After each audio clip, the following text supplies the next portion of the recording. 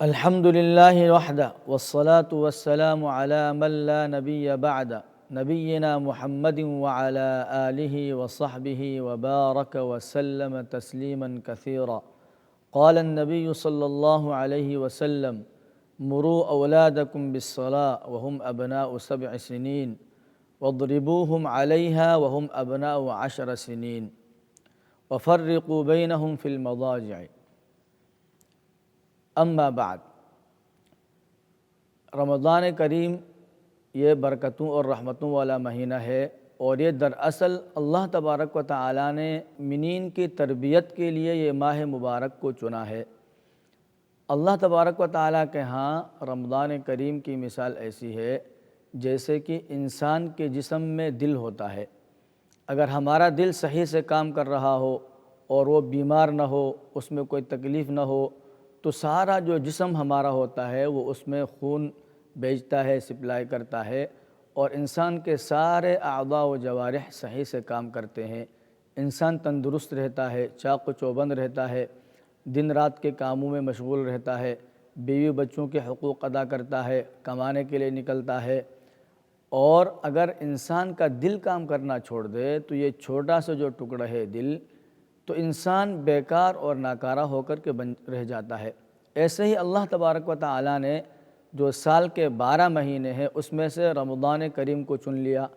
اور رمضان کریم اگر ہمارا اچھا اور بہتر گزرتا ہے، اس میں ہم اللہ تبارک و تعالیٰ کی اطاعت کرتے ہیں، فرما برداری سے کام لیتے ہیں، اور اللہ کے جو حقوق ہیں اس کو بھی ادا کرتے ہیں، اور اس کے ساتھ جو حقوق الناس ہیں، اللہ تبارک و تعالیٰ نے حقوق العباد جو ہم پر فرض کیے ہیں ان کا بھی خیال رکھتے ہیں، تو اس ایک ماہ کی برکت سے جو ہمارا بہتر گزرے گا تو امید ہے کہ باقی کے جو 11 ماہ رہتے ہیں وہ بھی بہتر ہو جائیں گے۔ تو دراصل اللہ تبارک و تعالیٰ نے رمضان کریم کو تربیت کا مہینہ بنایا کہ ہم اپنی تربیت کریں، ہم اپنے آپ کو اس ماہ مبارک میں اتنا زیادہ اچھے طریقے سے اپنی تربیت کریں کہ باقی جو 11 ماہ ہیں وہ بھی اچھے سے گزریں۔ تو تربیت کیسے کریں؟ سب سے پہلے تربیت ایسے کرنا ہے کہ ہم نے اپنے آپ کی تربیت کرنی ہے، اپنے آپ سے شروع کرنا ہے کہ سب سے پہلے اپنے آپ کو جو اللہ کے فرائض ہیں، 5 وقت کی نماز ہے، اس کا پابند بنانا ہے، اور اس کے بعد جو دیگر عبادات ہیں، تلاوت قرآن پاک ہے، اس کو اپنے آپ کو پابند بنانا ہے، صدقہ ہے، خیرات ہے، تو جتنے بھی نیک کام ہے ان سب کاموں کا سب سے پہلے اپنے آپ کو پابند بنانا ہے۔ اور جب ہم خود پابند ہوں گے، جیسے کہ اللہ تبارک و تعالیٰ نے قرآن پاک میں سورۃ المعارج میں ارشاد فرمایا مومنین کی صفات بیان کرتے ہوئے، والذین هم علی صلاتہم یحافظون، والذین هم علی صلاتہم یحافظون، مومن تو وہ لوگ ہیں جو اپنی نمازوں کو قائم کرتے ہیں، اپنی نمازوں کی حفاظت کرتے ہیں۔ اور حفاظت ایسے کی جاتی ہے کہ 5 وقت کی نماز جس طریقے سے اللہ نے فرض کیا ہے، سب سے پہلے جو طہارت ہے، وضو ہے، اس کا اہتمام کرنا، اور سارے سنتیں اور واجبات مستحبات کے ساتھ اس کو پورا کرنا،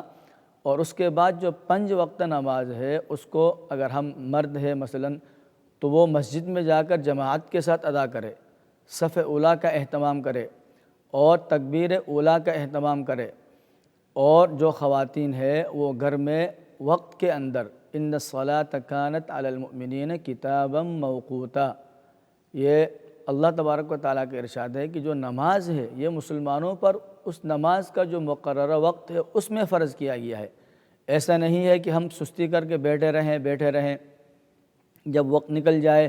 اس کے بعد ہوش میں آئیں اور وضو کر کے بس اس کو قضا پڑھ لی، یا بالکل آخر وقت میں پڑھ لیا۔ افضل یہ ہے کہ پہلے وقت میں جیسے ہی کسی نماز کا وقت داخل ہوتا ہے تو اس کو ادا کرنے کی فوراً وضو کر کے اٹھ کے اس کا اہتمام کرنا چاہیے، اور اپنی تربیت کے ساتھ اپنے گھر والوں کی تربیت کرنی ہے اس ماہ مبارک میں، کیونکہ کلکم راع وکلکم مسئول عن رعیتہ، یہ صحیح حدیث سے آپ صلی اللہ علیہ وسلم کی، آپ صلی اللہ علیہ وسلم نے ارشاد فرمایا ہے کہ تم میں سے ہر ایک نگہبان ہے، اور ہر ایک سے اس کے جو ذمہ ہے اس کے بارے میں پوچھا جائے گا۔ تو لہٰذا ہم اپنے جو گھر والے ہیں، اگر ہم گھر میں بڑے ہیں، باپ کی حیثیت میں ہیں، تو اپنی اولاد کی تربیت کریں، بڑے بھائی کی حیثیت سے ہیں تو چھوٹے بہن بھائیوں کو ان کی تربیت کریں نماز کے لیے۔ اگر آپ شوہر کی حیثیت سے ہیں تو اپنی بیوی کی تربیت کریں، آپ ماں کی حیثیت سے ہیں تو اپنی اولاد کی تربیت کریں۔ تو آپ کے ذمے جتنے بھی افراد نیچے گھر کے ہیں ان سب کی تربیت کرنا ہے۔ اور اگر جب اولاد 7 سال کی عمر تک پہنچ جاتی ہے تو آپ صلی اللہ علیہ وسلم کا ارشاد ہے، مروا اولادکم بالصلاۃ وہم ابناء 7 سنین۔ جب آپ کے بچے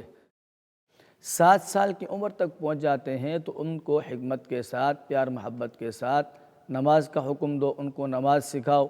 ان کو بتاؤ بیٹا نماز اللہ تبارک و تعالیٰ کا حکم ہے، اللہ تبارک و تعالیٰ نے مسلمانوں پر نماز فرض کیا ہے۔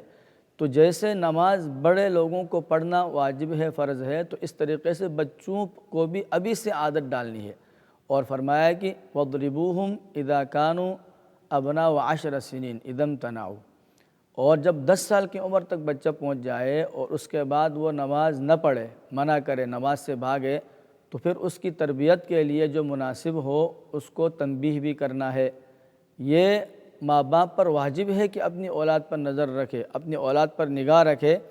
اور ان کی تربیت کرے۔ یہ تو پہلا کام ہو گیا نماز، کہ ہم نے نماز کی پابندی کے لیے اپنی تربیت کرنی ہے، اپنی عادت ڈالنی ہے کہ رمضان مبارک میں کوئی نماز ہم سے نہ چھوٹے۔ نہ صرف یہ کہ ہم فرض نماز ادا کریں، فرض نمازوں کے ادا کرنے کے ساتھ ساتھ جو سنتیں ہیں، جتنی بھی سنتیں ہیں ان سب کا اہتمام کرنا ہے، اور سنتوں کے ساتھ ساتھ جو نوافل ہیں، جو مسنون اعمال ہیں، ان نوافل کا بھی اہتمام کرنا ہے۔ اور پھر راتوں کو قیام اللیل کا اہتمام کرنا ہے، تہجد کا اہتمام کرنا ہے، اور تراویح کا اہتمام کرنا ہے۔ تو ہم نے اپنی ایسی عادت ڈالنی ہے رمضان کریم میں نماز کے لیے کہ جب رمضان کریم گزرے تو اس کے بعد بھی ہماری عادت ثانیہ بن چکی ہو۔ جیسے ہماری عادت ہے کہ کھانا ہماری عادت اور فطرت میں شامل ہے۔ جب ہمیں بھوک لگتی ہے اور ہم کھانا نہیں کھاتے ہیں تو ہم سے برداشت نہیں ہوتا ہے۔ بھوک تھوڑی زیادہ بڑھ جاتی ہے تو ہمیں غصہ آنے لگ جاتا ہے جب کھانا نہیں ملتا ہے، پھر اور زیادہ بھوک بڑھ جاتی ہے تو آنکھوں کے سامنے اندھیرا آنے لگ جاتا ہے۔ تو جب تک ہم کھانا نہیں کھاتے ہیں اس وقت تک ہم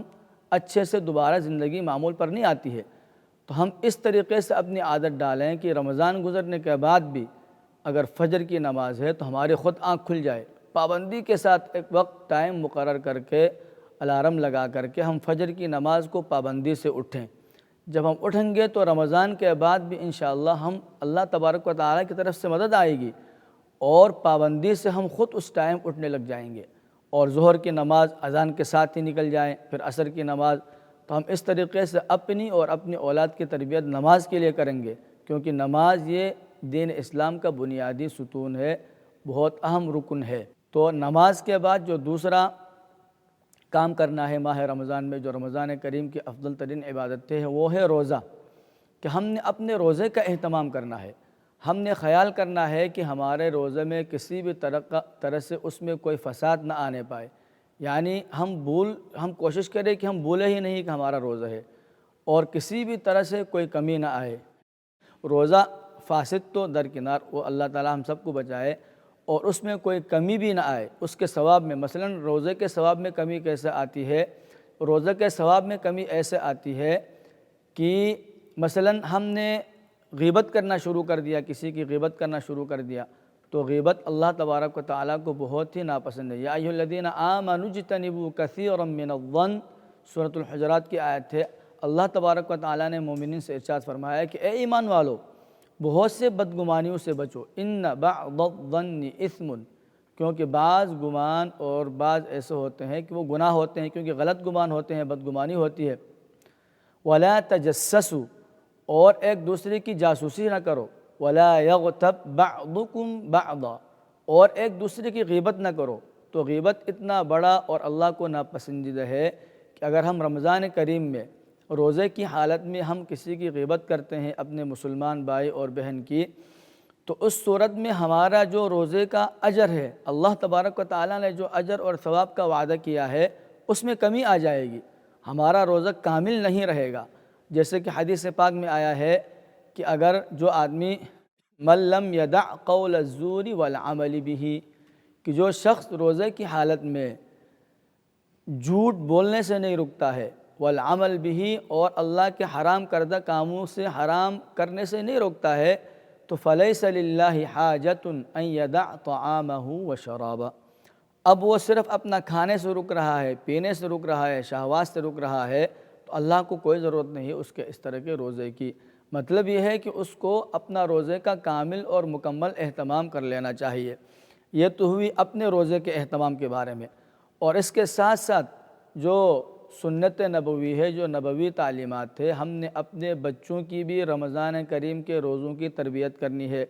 یہ حدیث ربیع رضی اللہ عنہ کی حدیث مبارک ہے کہ وہ فرماتی ہیں کہ ارسل النبی صلی اللہ علیہ وسلم غداۃ عاشوراء الی قریۃ الانصار، کہ آپ صلی اللہ علیہ وسلم نے انصار کی ایک بستی تھی، عاشورہ کا دن، یہ اس وقت کی بات ہے جب رمضان کریم کے روزے فرض نہیں ہوئے تھے، تو اس سے پہلے عاشورہ کا روزہ جو تھا وہ فرض تھا۔ تو آپ صلی اللہ علیہ وسلم نے یہ پیغام بھیجا انصار کی ایک بستی کی طرف، من اصبح مفطرا فلیتم بقیۃ یومہ، کہ جس نے صبح کچھ کھایا پیا ہے عاشورہ کا دن، تو اب وہ مزید نہ کھائے بلکہ اپنا دن کو ایسا ہی پورا کر لے۔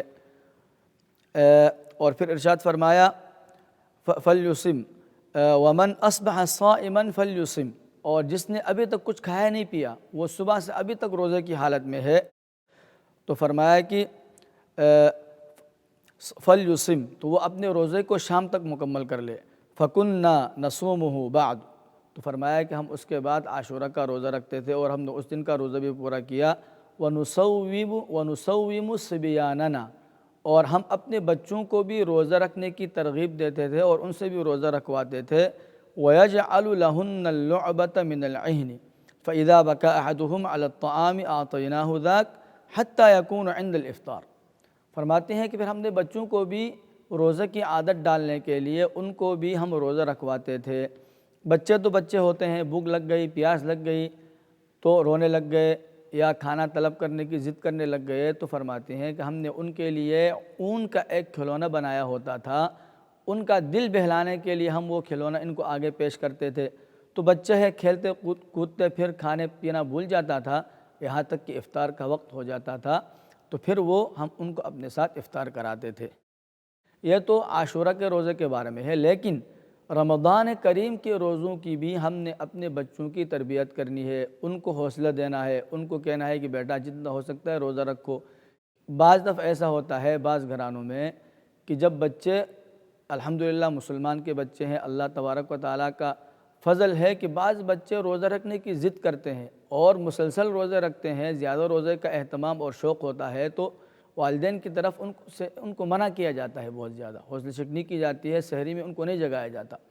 تو حکمت کے ساتھ، موعظت کے ساتھ دیکھا جائے کہ جتنا ہو سکتا ہے اس کی بلکہ حوصلہ افزائی کی جائے، بجائے اس کے کہ ہم اس کو منع کریں، کیونکہ یہ دین اسلام کہتا ہے کہ ہم ابھی سے بچوں کی تربیت کریں۔ جب ہم ابھی سے ان کی تربیت کریں گے تو جب وہ بڑے ہوں گے ان کے دلوں میں اتنا اہتمام آ چکا ہوگا کہ وہ ایک پکے اور سچے مسلمان اور اللہ تبارک و تعالیٰ کے احکامات کو پابندی کے ساتھ عمل کرنے والے ہوں گے۔ تو اللہ کریم ہمیں اپنی اولاد کی تربیت، نماز کی تربیت اور ان کی روزوں کی تربیت ابھی سے کرنے کی ہمت اور توفیق عطا فرمائے۔ اور جب بچے بڑے ہو جاتے ہیں تو ان کو روزے کی تربیت بھی دینی ہے، اور لیکن یہ جو بچوں کو رمضان کے روزے کی حالت میں ان کا دل بہلانے کے لیے ان کو جو کھیل کود مطلب ان سے کروانا ہے، کوئی کھلونا وغیرہ دینا ہے، تو اس میں یہ اہتمام اور یہ خیال رہے کہ وہ حرام نہ ہو۔ مثلا ایسا نہیں ہے کہ بچے نے روزہ رکھ لیا ہے، اب وہ رونے لگ گیا، اس کا دل بہلانے کے لیے موبائل میں کوئی گانا لگا کر اس کو دے دیا، یا کوئی موسیقی وغیرہ کوئی ایسی چیز لگا دی جو اللہ کو ناپسند ہے، کوئی ایسی ویڈیو لگا دی اس کے اندر گانا ہے، یا اس میں ایسی تصویریں اور ایسی ویڈیو ہیں جو ہم معمول میں نہیں دیکھ سکتے ہیں، تو ایسی چیزوں سے دل بہلانے سے بچنا چاہیے، بلکہ جو حلال کھلونے ہیں، مطلب جو بچوں کو نارمل دے سکتے ہیں، شریعت میں ممانعت نہیں ہے، تصویر نہیں ہے وہاں پر، تو ایسے کھلونوں سے ان کا دل بہلانا چاہیے تاکہ رمضان کریم کا روزہ اس میں کوئی نقصان اور کوئی کمی نہ آئے۔ اور اس کے علاوہ یہ اپنی تربیت اور اپنی اولاد کی تربیت کے ساتھ ساتھ خصوصی طور پر رمضان کریم میں دعاؤں کا اہتمام کرنا ہے۔ اللہ تبارک و تعالیٰ سورہ غافر میں ارشاد فرماتے ہیں کہ وَقَالَ رَبُّكُمُ ادْعُونِي أَسْتَجِبْ لَكُمْ۔ اللہ تبارک و تعالیٰ خود فرماتے ہیں کہ ادعونی، مجھے پکارو، مجھ سے مانگو، مجھ سے مدد طلب کرو، جو کمی ہے جو آپ کے پاس نہیں ہے وہ مجھ سے مانگو، استجب لکم، تو میں تمہارے دعا کو قبول کر لوں گا۔ اپنی اولاد کی تربیت کرنے کے ساتھ ساتھ اللہ رب العزت سے ان کی اچھی تربیت اور ان کے نیک بننے کے لیے دعا بھی کرتے رہنا چاہیے۔ اور یہاں پر ایک بات خصوصی طور پر میں عرض کرنا چاہوں گا، ہم میں سے ہر ایک چاہتا ہے کہ ہماری اولاد کی اچھی تربیت ہو، ہماری اولاد فرما بردار ہو، وہ نیک صالح ہو۔ تو ہم جب سورہ کہف میں وہ واقعہ سنتے ہیں موسیٰ علیہ السلام کا، وَكَانَ أَبُوهُمَا صَالِحًا، جب موسیٰ علیہ السلام نے ایک بستی والوں سے کھانا طلب کیا تو انہوں نے کھانا نہیں دیا، جب آگے گئے تو ایک دیوار گر رہی تھی تو اس دیوار کو سیدھا کیا، تو خضر علیہ السلام نے موسیٰ علیہ السلام نے اعتراض کیا کہ انہوں نے ہمیں کھانا نہیں دیا تھا، آپ نے کیوں دیوار سیدھی کی؟ تو وہاں اللہ تبارک و تعالیٰ کی طرف سے جو حکمت بیان کی گئی ہے کہ جو دو بچے تھے وہ تو بچے تھے، ان پر تو کوئی اعمال فرض نہیں تھے،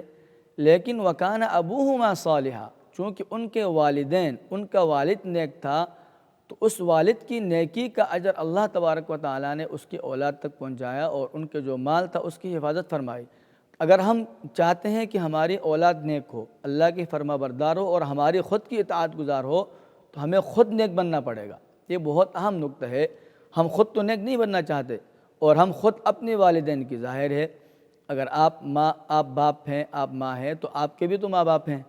ہم یہ دیکھیں کہ ہم اپنے والدین کے کتنے فرما بردار ہیں، ہم ان کا کتنا کہا مانتے ہیں، اگر وہ زندہ ہیں تو ہم ان کی کتنی خدمت کرتے ہیں، اور اگر وہ اب اس دنیا میں نہیں رہے ہیں تو ہم ان کے لیے کتنا دعا کرتے ہیں، ہم ان کے لیے کتنا ثواب بھیجتے ہیں۔ تو اللہ تبارک و تعالی ہمیں خود بھی نیک بننے کی توفیق دے تاکہ ہماری اولاد بھی نیک بن جائے۔ تو ماں باپ کو مل کر اپنے گھر میں ایسا ماحول بنا دینا چاہیے،